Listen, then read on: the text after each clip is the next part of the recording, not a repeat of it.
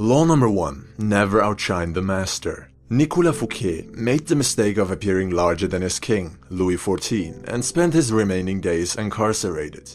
Avoid victories over superiors. It will cost you more than it is worth. Law number 2. Never put too much trust in friends. Learn how to use enemies. Michael III of the Byzantine Empire was saved from death by Basilius, who Michael in turn favored with gifts and prestige. Basilius, lusting for more power, murdered Michael out of greed. Instead of showing gratitude, he was insatiable. Trust from a distance. People are selfish and pursue their own interests. Former opponents make more loyal and stronger friends. Law number 3. Conceal your intentions. The Marquis de Sévigné wanted to seduce a young countess. Instead of being indirect and subtle, he exposed his true feelings for her and she lost all interest, as he blurted out that he loved her. Add a sense of unexplicable mystery to your character. Law number 4. Always say less than necessary. Law number 5. So much depends on reputation. Guard it with your life. During the Second World War, Erwin Rommel was known for his superior skill in cunning and deceptive strategy. All of the opposition were demoralized and doubting their chances of success facing him. Your reputation precedes you. Build and protect it carefully. Law number 6. Court attention at all cost. Pablo Picasso would not allow himself to fade into the background. He would rather paint something out of the ordinary and ugly than be forgotten. All publicity is good publicity. Don't let yourself become one of many. Law number 7. Get others to do the work for you. Thomas Edison wasn't much of a scientist, but a businessman. He would capitalize on Nikola Tesla's genius and garner all the credit. Hire talents capable of doing what you can't. Law number 8. Make other people come to you. Use bait if necessary. When I have laid bait for deer, I don't shoot at the first doe that comes to sniff, but wait until the whole herd has gathered round. Otto von Bismarck. Force your opponent to react to your moves. Law number 9. Win through your actions, not through argument. Mucianus needed strong ships. Without guarding his tongue, his engineer argued that a different type than the one Mucianus preferred would be much better for conquest. Despite being right, the engineer was sentenced to death. Don't argue with authorities. Agree and suggest an alternative, then demonstrate. Law number 10. Infection. Avoid the unhappy and unlucky.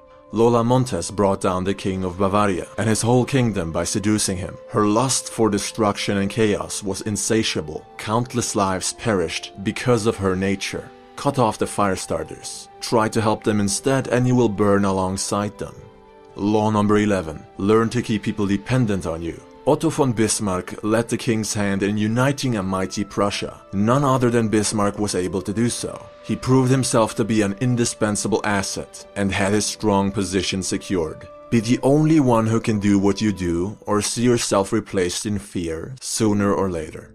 Law number 12. Use selective honesty to disarm your victim. Count Victor Lustig was going to double Al Capone's $50,000. Instead of running with the money, he gave it all back to Capone, who thought he was being played by a con artist. Capone gave Lustig the $5,000 simply to help the honest man. Tell the truth to gain your opponent's trust. Be honest when expected to be dishonest, to throw your opponent off guard.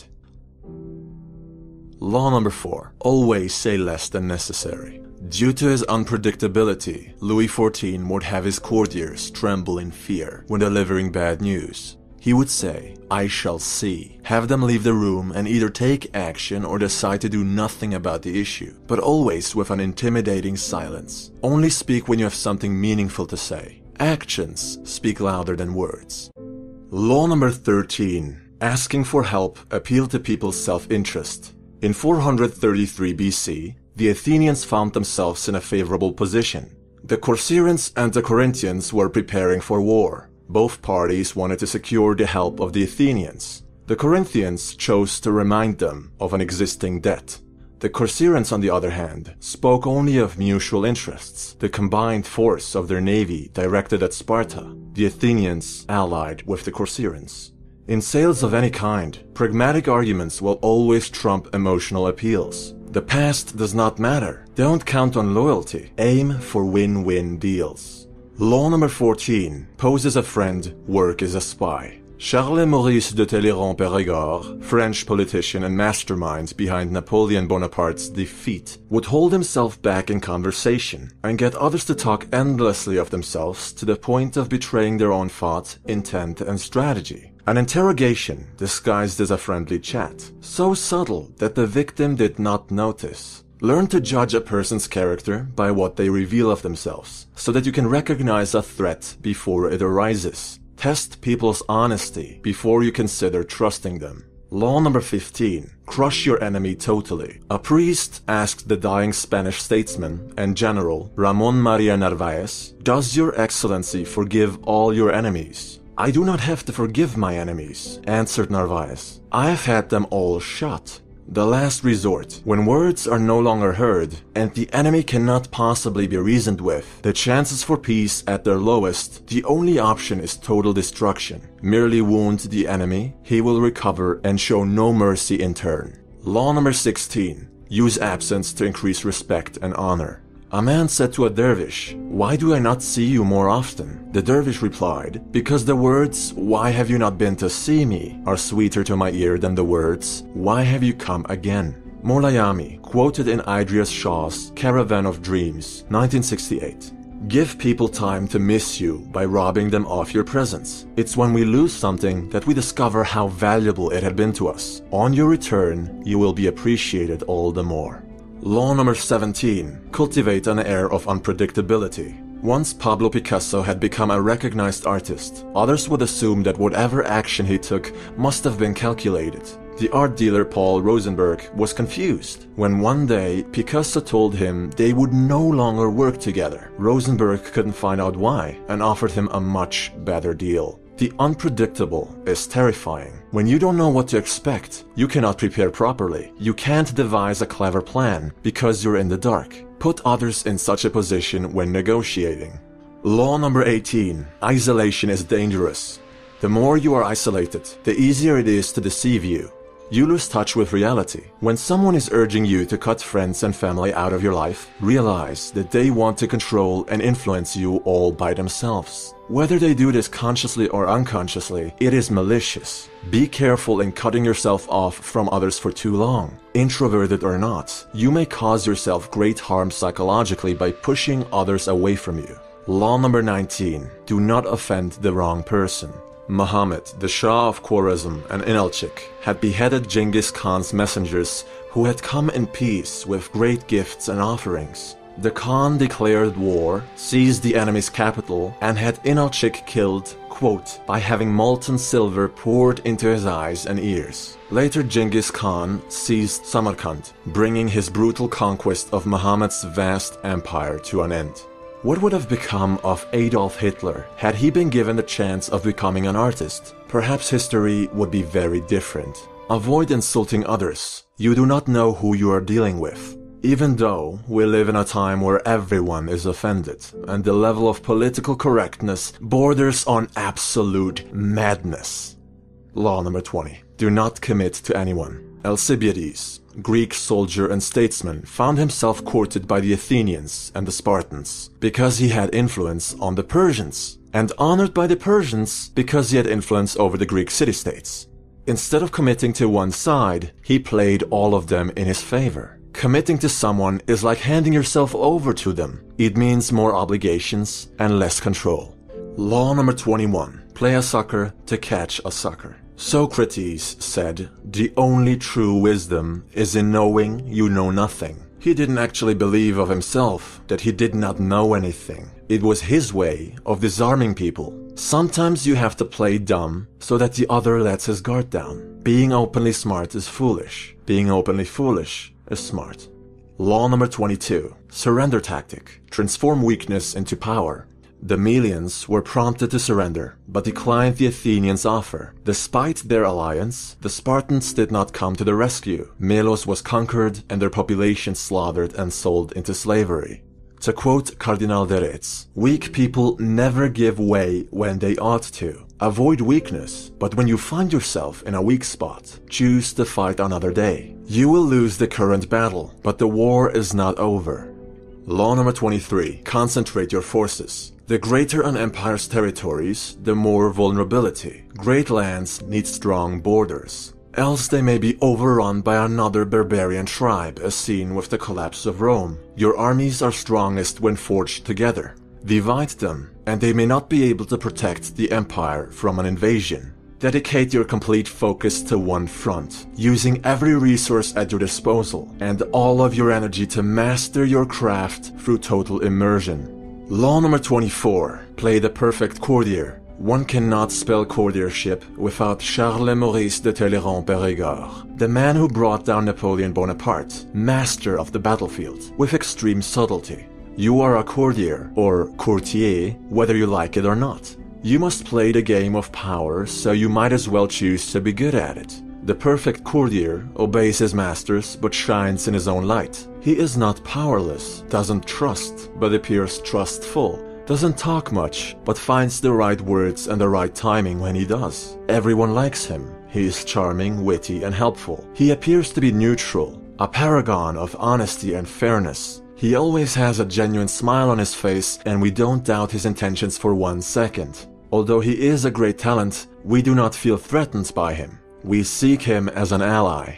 This way, the perfect courtier holds more power than the king himself without the dangers of that position. As we target the highest authorities, he's in the shadows observing the current state of the chessboard. Pieces may fall and be sacrificed on both ends, but he is winning regardless. Learn the art of courtiership. Law number 25. Recreate yourself. Others will call you what they think you are, or what they think they see in you. It's all superficial. Every now and again you'll receive a genuine compliment. But your parents, friends, society, even your government, expects you to be someone or something else. It's important that you choose to be whatever you want to be, and that you feel free to change whenever you like. You have the freedom to dismiss the opinions of others, even to put on a good show like Gaius Julius Caesar. The world is your stage. It's up to you what role you want to play. Think of life like a book, and you're writing it. You're the main character, so act like it. Law number 26. Keep your hands clean. As written in Niccolò Machiavelli's letter to the prince, Cesare Borgia was using Ramiro di Orco as a tool to take gruesome action against all of his enemies. In the end, he used him as a scapegoat, put the full blame on Di Orco, and threw lavish banquets for the common folk, presenting not only his clean slate, but positive change. It is the ultimate act of betrayal, to have someone's back only to find out they've been using you this whole time. Avoid falling into the trap of being someone's cat's paw, or scapegoat. Law number 27. Play on people's need to believe. There are two different types of people in the world. Those who want to know and those who want to believe. Friedrich Nietzsche. We strive to find meaning in a world full of formless chaos. Hence, most of us resort to the comfort of believing in unproven divine entities. Your quest for answers and your need to belong is used against you, whether for your recruitment as a mindless disciple or your loyal customership for a particular brand. Christopher Hitchens wrote, "Beware the irrational, however seductive. Shun the transcendent, and all who invite you to subordinate or annihilate yourself." End quote. If someone claims to have all the answers, they are full of shit. Fall prey to them, and all you are doing is giving more power to those who don't have your best interest at heart. You cannot let others think for you. If something doesn't make sense to you, perhaps like right now, feel free to dismiss it, but consider doing so on your own behalf. Law number 28. Enter action with boldness. If you're confident enough to play the role of Monsieur Lustig, one of the greatest con artists in history, selling the Eiffel Tower to greedy scrap metal business owners looking to make a fortune overnight for millions of dollars, not once but twice, one thing is crystal clear. You're not playing around. You don't hesitate, and your moves have a high rate of success, be that in seduction, strategy, or power games. There's that one split second before a box fight where Mike Tyson's opponent will flinch and break eye contact. He already knows he's beaten. There's that scene where Marco Polo and Kublai Khan stare down a wolf. It's hesitation versus boldness. In order to be fearless, you need courage. Be bold. Law number 29. Plan all the way to the end. Excerpt from the book. The gods on Mount Olympus, looking down on human actions from the clouds, they see in advance the endings of all great dreams that lead to disaster and tragedy, and they laugh at our inability to see beyond the moment and at how we delude ourselves. Before you take action, consider the possible outcomes and consequences, calculate the risk, then execute if it's worth doing. However, as time goes on, things reform, and it would be foolish to stick to a plan that ignores change. Law number 30. Make your accomplishments seem effortless. Harry Houdini made his stunt performances look like they were a walk in the park, a piece of cake, as easy as stealing a child's lollipop. No one saw just how much work, preparation, and practice went into every piece of the puzzle. This illusion we call magic. Make it look like it was improvised, made up on the spot, and it will seem genuine. Boast how much work went into something, and its natural allure, the magic, is gone. Law number 31. Get others to play with the cards you deal. Ivan the Terrible let Russia choose between him as their Tsar or total destruction from its enemies, the Boyars. He made them see that they could only possibly be protected by him. It wasn't really a choice, and the Russians probably had other options that they were unaware of. They begged him to come back to the capital and lead them. This was what he wanted all along. People like to think they have a choice. Present them options that will work for you either way. This is the norm in elections, and anything of real importance. Just like Houdini's performance, it is an illusion. Law number 32. People's need to believe and people's fantasies. There isn't a big difference. Il Brigadino was an alchemist. People believed he could turn objects like wood into gold. Ironically, the only gold he ever made was given to him by the people who wanted him to multiply it. And others started to learn and practice alchemy. Stop clicking on how to make $1 million overnight type clickbait. Stop buying 6-minute ab workout programs and stop going to the 7 steps on how to pull hot chicks within hours event and get real. If it sounds too good to be true, it probably is. Law number 33. Discover each man's thumbscrew. Cardinal Richelieu would find out the weaknesses of everyone around him, then worked on it by being useful to them until they were of no use to him. One by one, he worked his way up to the king, who at the time was a mere child. Know the weak spots of your opponents, the crack in their defense, and you will know what to work with when you need it. In reverse, do not betray your own weaknesses. Law number 34. Be royal in your own fashion. Act like a king. Christopher Columbus did not accept his low standing in the world he was born. He recreated his family tree, married into nobility, and peddled with kings. Now, unless he was mad, people thought, there must be valid reasons behind his bold requests. He must be legitimate. Ask for less, receive less. What you tolerate is what you end up with. Do not think lowly of yourself. You're a king in your own right. You're a queen in your own right.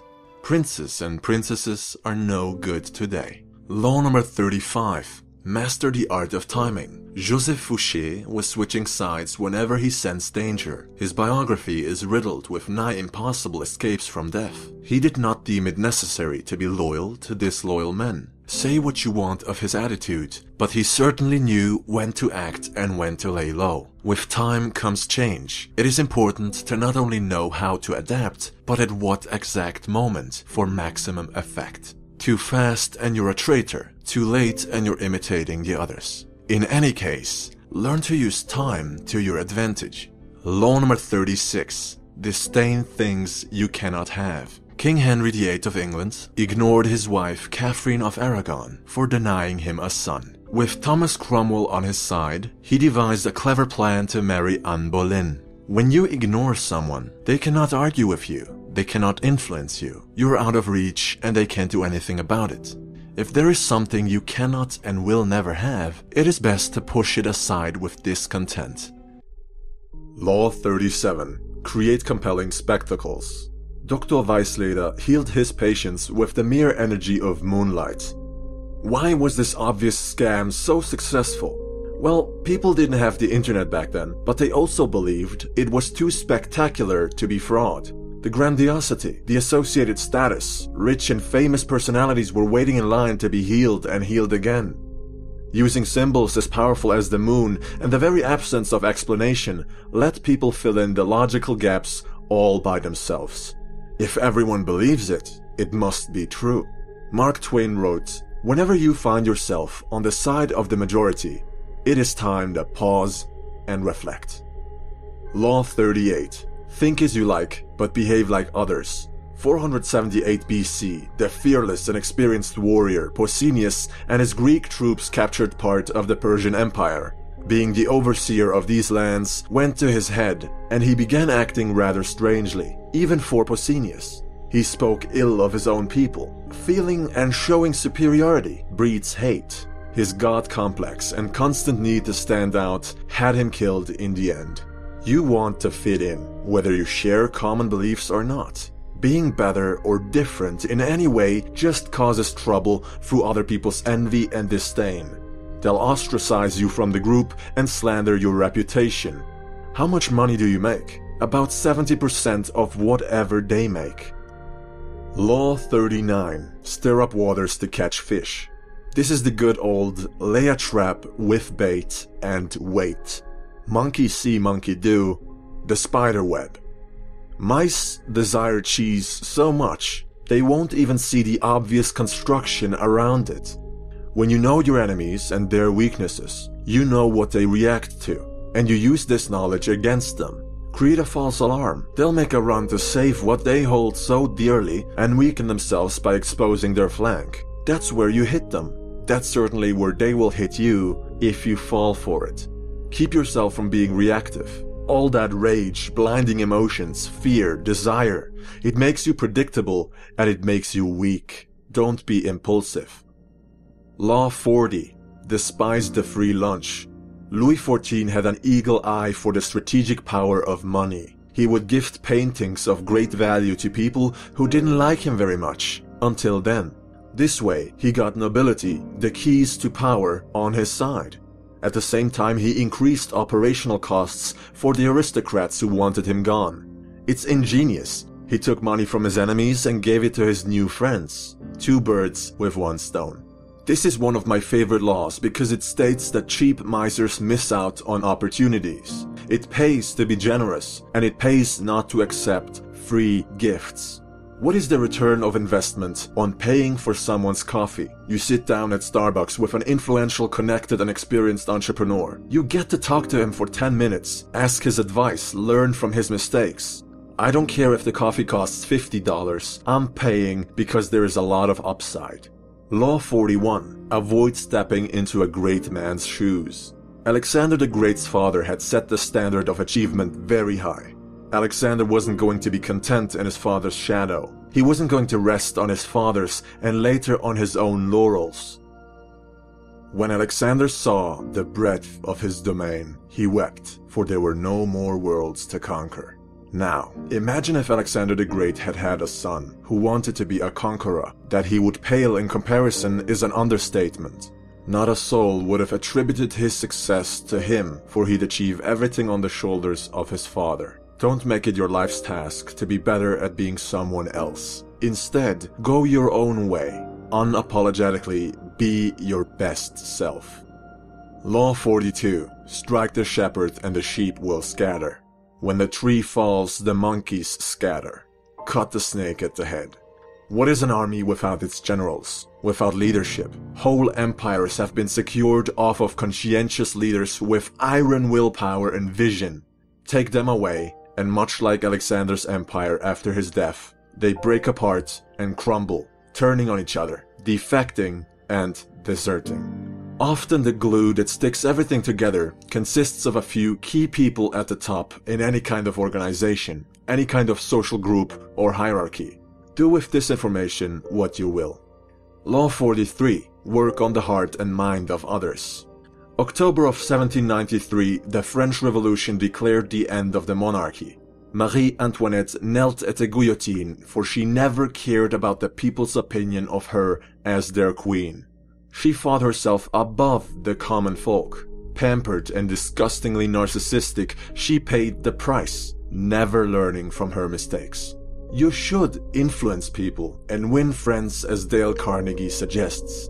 It is more than beneficial to be recognized for your kindness and helpful demeanor. Be agreeable or face the consequences of being indifferent. Be humble or be humbled. Law 44. Disarm and infuriate with the mirror effect. Alcibiades charmed the Athenians, got accused of profaning sacred statues and fled. Then charmed the Spartans, impregnated the king's wife and fled. Then charmed the Persians and helped Athens win their war against Sparta. They welcomed him back with open arms. Wherever Alcibiades went, whoever he had to deal with, he would leave behind his own values and appear to share the values of his victims. No one could resist a man who not only concurred with them, but also admired their ways of living, seeming to be one of their own. You like people who like you, who are like you. Match people's energy, speak their language, eat their food, find common grounds, and even envious people will drop their preconceived notions about you. Law 45. Preach change, but never reform quickly. Change is imperative, but human beings love the comfort familiarity provides. The unknown, disorder, and chaos are very disruptive and undesirable to us, even when it is for the better. Hence, we need small, incremental changes that build over a long period of time, allowing everyone to adjust at a comfortable pace. You are moving things in the right direction, while avoiding stirring up too much anxiety and dissent. Change things gradually, one step at a time, dragging the voluntary rest of us with you. Law 46. Never appear too perfect. It takes great talent and skill to conceal one's talent and skill. La Rochefoucauld. If you have been paying attention, you will have noticed that a lot of these power plays revolve around the master and the student or slave, domination and submission, superiority or authority and inferiority, ego, pride, arrogance, and envy, jealousy, hatred. It's a very vicious and ultimately destructive cycle. Everyone wants to be the king. No one wants to be the pawn. Me, I don't want to be a pawn, but I don't want to be the king either. I don't want to envy nor be envied. I want to be the faceless man behind the throne. I don't want to be on the chessboard. I don't want to be a visible target, but I still want to win at the game of power, no matter what side loses. Law 47. In victory, learn when to stop. In 1751, Madame de Pompadour found herself unable to satisfy Louis XV's lust.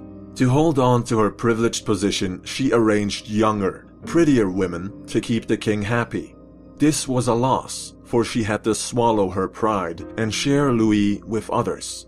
They, however, could not compete with her charm, talents, taste, and flawless sense for fashion.